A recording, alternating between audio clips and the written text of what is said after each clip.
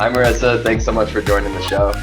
Hi. Oh, I'm so happy to be here. Thank you. Yeah, we're super excited. Obviously, Figma is a tool we use every day and couldn't have our business without it. Can you tell us a little bit about your time at Figma, which has grown tremendously over the past few years? Yeah, no problem. So good to see you again. I've been at Figma for about 2 years and I lead our enterprise sales team. So when I started Figma about 2 years ago, we started having enterprise customers, primarily working with design teams, primarily people reaching out to us saying they'd like to use Figma for a handful of people. And it's transformed quite a bit. We're working with larger organizations, large enterprises across their entire company. We're seeing more and more chief design officers or chief product officers bringing Figma for their entire product team. So it's been a blast. We've grown a lot. We've grown from like 200 people to maybe over 500 at this point. So there's a lot of growth and excitement with that, some ambiguity and change with that, and it's a total privilege to be here. Yeah, that's awesome, and congrats for being there during that hyper growth. Why do you think Figma? There's tons of design tools out there. Why do you think Figma has been so prominent and growing so quickly?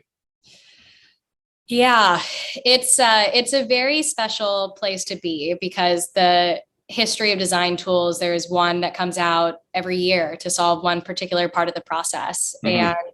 Figma has disrupted that. Our vision is to make design accessible to everyone. And we believe good ideas can come from anywhere. And so the only way to do that is to have one platform as your home for everything. And I think it's that vision and our leadership's vision of this is where we should go.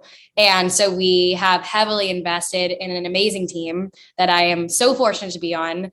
And we are executing, I think, at a pace that others in our space haven't. We're prioritizing pretty fiercely on what we need to be doing. And we're completely dedicated to our community. Everything is so customer first, and all of those things that have culminated to a ton of success. And COVID has only accelerated that because people are more disconnected than ever before. And whether they don't have access to the right devices or they can't go into the office anymore, these other tools just simply aren't working. And so Figma, it's sort of escalated our success overnight. Dylan, the CEO of Figma, calls it the decade of design, which resonated with me the first time I heard it immediately. And I agree. I think a lot of that success is just ease of use remotely in terms of how can you collaborate with clients, designers, product teams through that tool and have everyone in there at the same time. They've pushed the envelope on that. What do you see next in terms of continuing through this decade of design in terms of where tools need to go and where maybe mindsets need to go from product and design teams?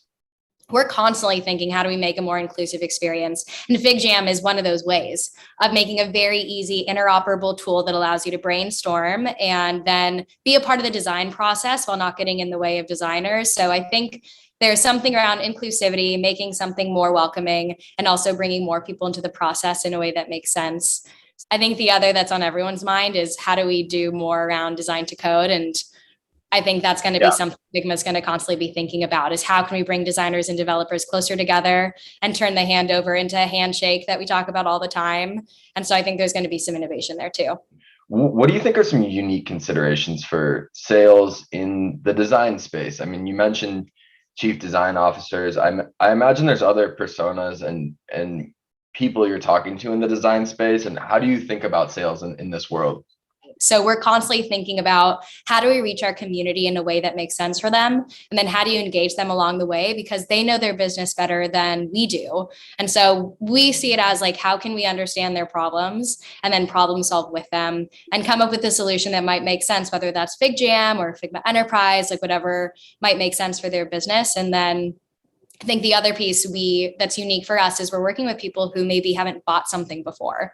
So it's Right. how can we partner with them and help them buy this product that they really want. And typically it's they need an executive involved because they have to go through legal, they have to go through security. And so our team has to help our customer understand why would you bring in your executive? So that's a big part of it. And then with that, once you get a senior leader involved, our champion gets more visibility, which is really cool. And that executive has more visibility across the entire company. So if we really want to make design accessible to more people outside of just design, that executive has the chance to do that.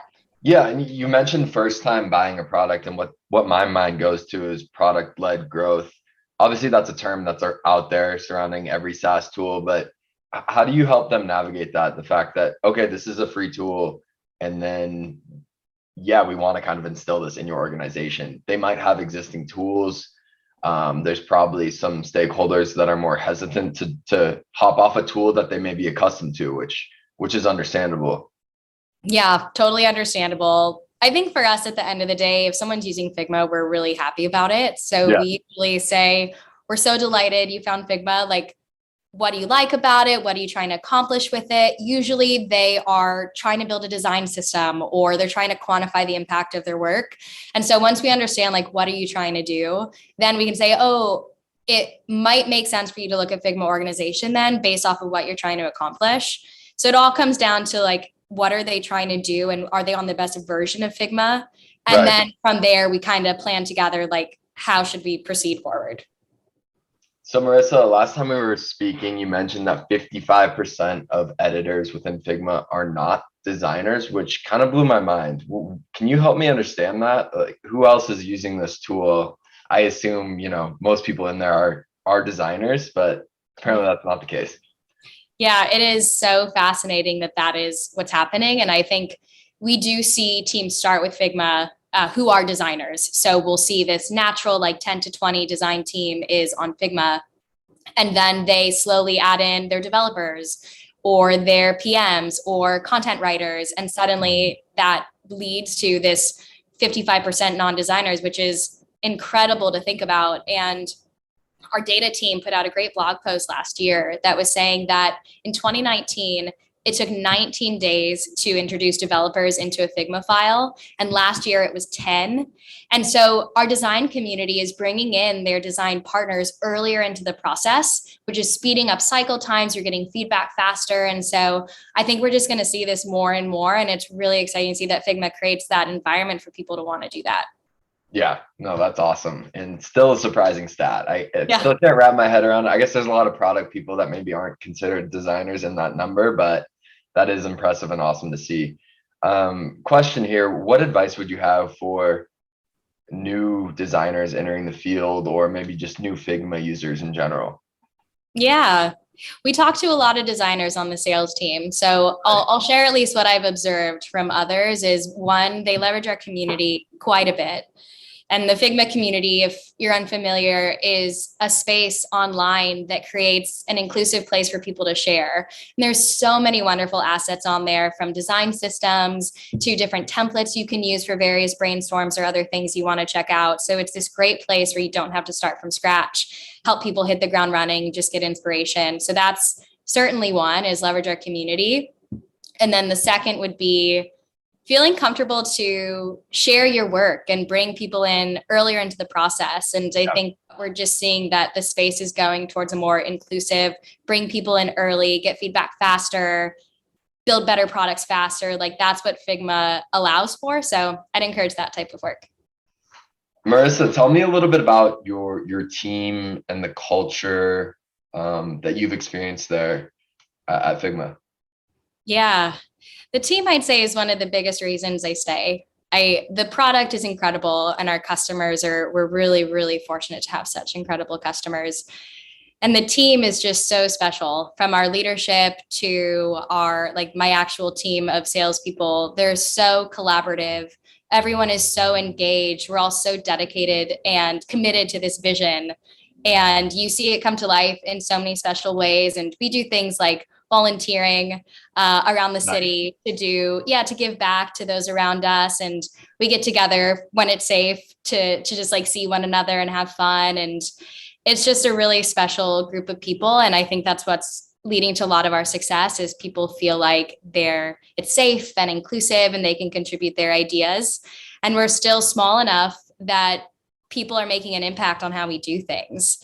And so we're rolling out FigJam in February, for example. And so how do you bring whiteboarding to new companies around the world? And so while a lot of stuff is figured out, there's a lot of stuff that still has to be determined. And so it's just a really good group of people who are making a big impact. And yeah, it's a lot of fun. So does the sales team itself use Figma and FigJam? Yeah. I'm having trouble picturing that in terms of a sales. What's a sales use case for that? Yeah. So we use Figma design for decks, and Okay, we'll right. use brand materials that our product team uses or our design team uses. We'll put it into decks. So that's super consistent. And then for FigJam, there's a lot of fun widgets and plugins. Like there's a photo booth. So we'll take photos or we'll play games. We use FigJam for a lot actually, because we're all remote. So it's like, how do Yeah. you stay connected? FigJam's really easy to use. So yeah, that's a couple of ways we use it. Awesome. Awesome. Well, thank you so much for being on the show today, Marissa. Yeah. Thanks for having me. Good to talk to you.